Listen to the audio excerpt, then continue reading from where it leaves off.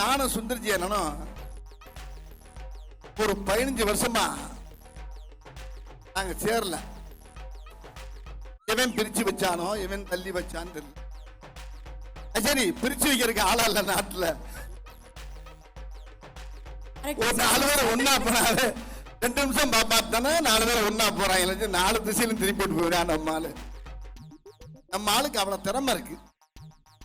சேர்த்து வைக்கிறானா சேர்த்து வைக்கிறானா இல்லையோ, பிரிச்சு வைக்கிறதுல பெரிய வில்லைங்க நம்ம ஆளு. அங்க போய் ஒரு பாலை போடுவாங்க, அதே பந்தை இங்க இருந்து போடுவாங்க. அரசியல பார்த்திருப்பீங்க, பேட்டியெல்லாம் பார்த்திருப்பீங்க. என்னங்க உங்களை பத்தி எப்படி கேட்கறாங்களே, அபிப்பிராயம் என்ன? அது எப்படி கேட்கறது? கேட்கும்போது எப்படி பார்த்திருப்பீங்க, பேட்டியில பார்த்திருப்பீங்க. சார் வந்து ரொம்ப வர வர உங்களுக்கு திமிரு அதிகமாகி போச்சாம்ல அப்படின்னு அவர் சொல்றாரு.